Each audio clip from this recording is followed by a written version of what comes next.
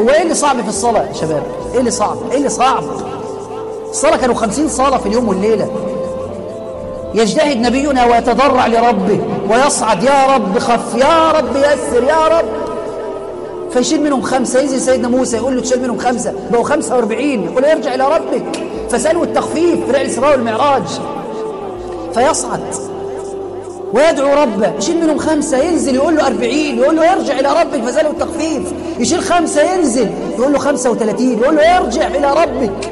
فيصعد بين ربه وبين موسى، والنقاش الدائر بين النبي صلى الله عليه وسلم سيدنا موسى عشان ما يجيش واحد من هذه الأمة يضيع صلاة. طب التخفيف إن ربنا يشيل نصهم 25 ويسيب 25، يشيل 30، إنما لا، انظر إلى كرم ربك، يشيل 45 صلاة ويسيب 5 بس.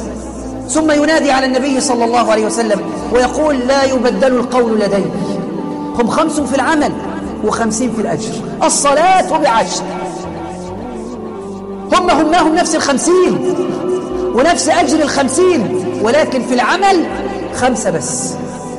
الصلاة الواحدة ب10 صلوات، صلاة الفجر ركعتين ب10، مش الحسنة ب10، الصلاة ب10. فالذي تركها ترك 10 صلوات. ايه الصعب في الصلاة؟ ايه اللي يأخر الصلاة؟ معاك التوك توك بتاع، اركن في جنب ازازة مية، اتوضى، صلي يا عم على كرتونة، صلي على التراب، صلي على الارض، صلي في اي حتة، صلي. ما ادركتش الجماعة صلي. لكن ليه يخرج الوقت ويعدي الوقت؟ يقول لك والله اصل ما انت عارف، اصل الدروس واصل المذاكرة واصل الشغل واصل العيال واصل. لا والله، لا والله، لا والله.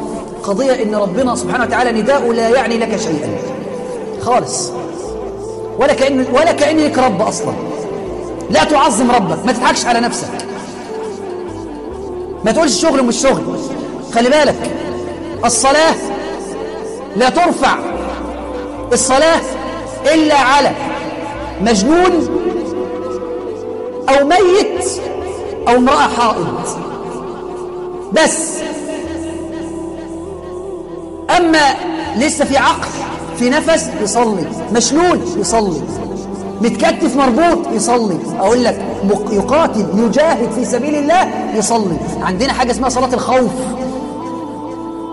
اشتباك، حرب، هندخل حرب، صلوا. خلاص ما عادش عارفين نصلي جماعة بقى، خلاص.